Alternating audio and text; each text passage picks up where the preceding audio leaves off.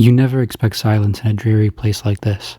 Subtle dripping from the decayed roof, the pattering of a mouse scurrying away, the crunch of dead leaves beneath your every step, the faint sound of wind blowing through broken windows and dead trees, but never silence.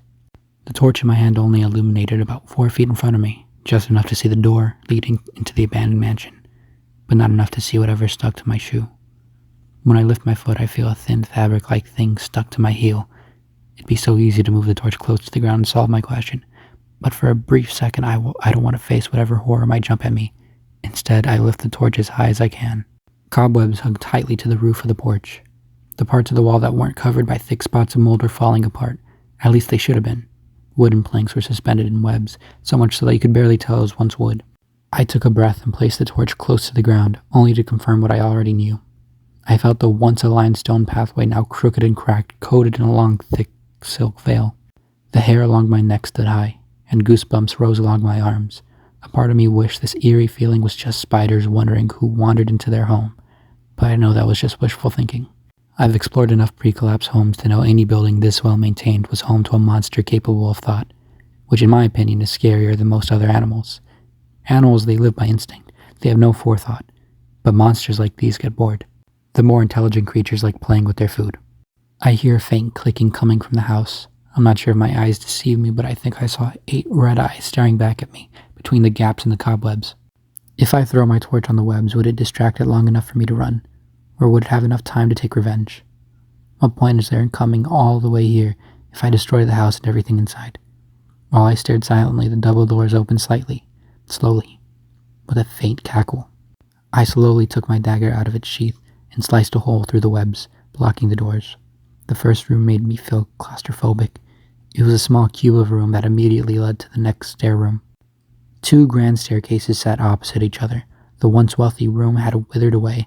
The checkered tiles on the floor were cracked and chipped, with a faint silk haze coating. The staircase on the right was completely destroyed, while the second led to the second story, which held a maze of doors I'm not ready to explore. In between them was a door leading to the next room. To the left was an archway revealing a massive dining table with 12 chairs on each side. They were held together by webs and nothing else. To the right was another archway leading to a massive library. I slowly avoided the webs and walked into the study. Bookcases were pressed against the walls, and unlike the other rooms, the webs didn't consume the once dignified room. It was withering away like the rest of the house, but the books seemed in decent condition. The floor was cracked and the walls were patched with webs, but the interior was safe.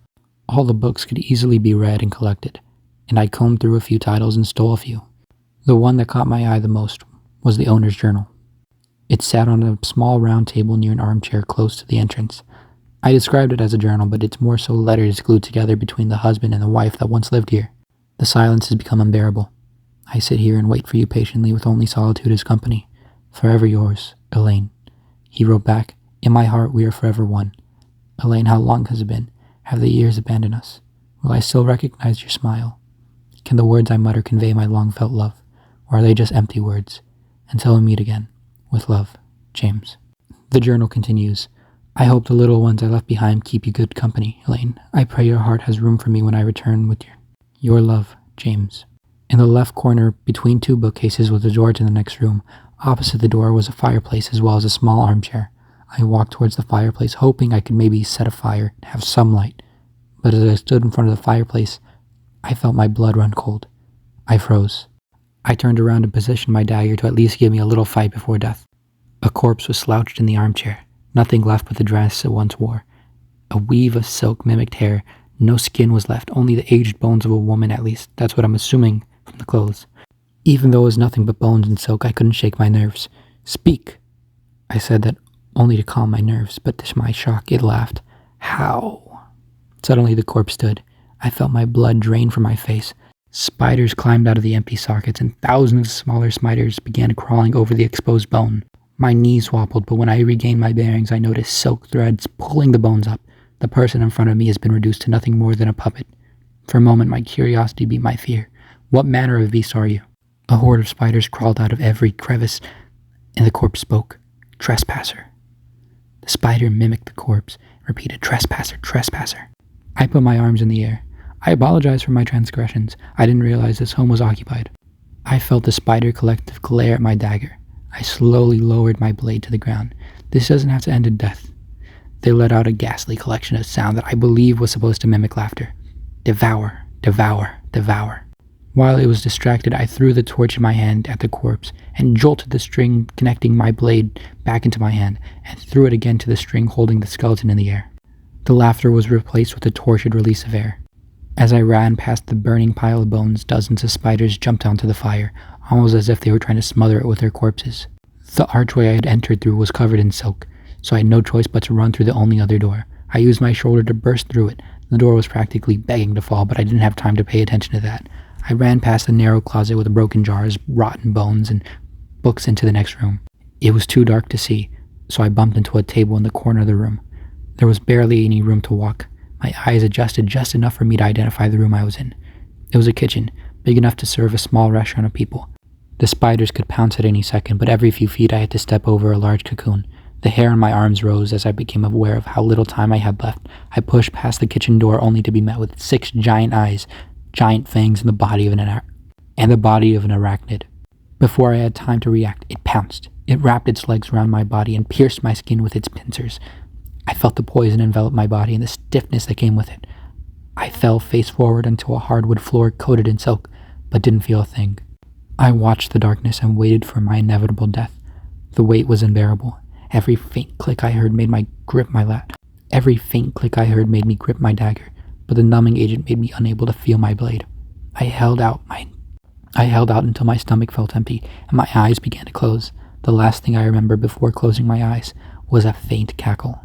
When I opened my eyes again, I was surrounded by a cocoon, felt myself being lifted up, then dragged. I felt numb yet dizzy at the same time. Then finally I felt my shoulder make contact with the ground alongside a giant thud. Suddenly, a giant spider arm burst through the cocoon and ripped it open. I still felt numb, but I managed to open my eyes and see a giant puffy bed as well as mounds of books taking up every empty space in the room. Between the puffy blankets and bouncy pillows, I saw an old woman with her arms missing. Her skin had sunken in and there were more wrinkles than skin. She muttered barely loud enough for me to hear, "Please don't do this to me." The giant spider whimpered, "Eat." It picked me up and threw me onto the bed. The frail woman wore a silk veil and silk dress. "Please, I don't want you to see." When the giant spider exited, it made a wall of silk where the open door was. The frail woman sobbed to herself. I managed to mutter, "Elaine." She smiled. "James, you've finally come for me." I tried to tell her my name is Evan, but my lips were too numb to make a proper sentence. She opened her eyes slightly and a blue haze washed over them. "James, you look so young, while I become so old." She tried to hug me, but chuckled to herself instead. Sometimes I forget the little ones took my arms, for my safety, of course. She moved her torso closer to mine. "Please, kill me." I pushed myself up and with a numb tongue tried to explain. "I'm not James. I'm a treasure hunter looking for rare books and antiques." She ignored my jumbled words. "James, I feared our children would force me to live on forever without ever seeing you again. I feared my heart died with you in the Dragon Siege." She pushed her torso against mine. The Dragon Siege happened 300 years ago. I thought it couldn't possibly be true. But then I felt her heartbeat. Something felt off about it. Instead of a normal pounding, it felt like needles forcefully expanding and convulsing. She giggled to herself. "My children have done so much for me. They kept me alive and well fed. But I really am tired. Please let me die." I stared at the woman, unsure of what to say or do. I felt my dagger in my hand and took a breath. "I'm sorry, ma'am." I raised my blade and pushed it into her heart. I heard a shriek, but not from the woman.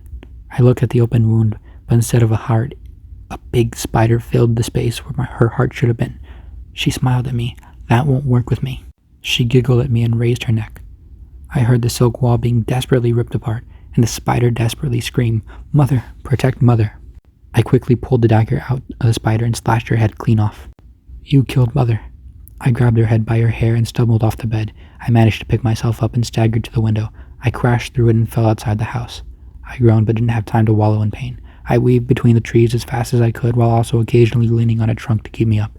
A tortured screech followed me with every step I took. When I finally was far enough, I dug a small hole and placed her head in the shallow grave.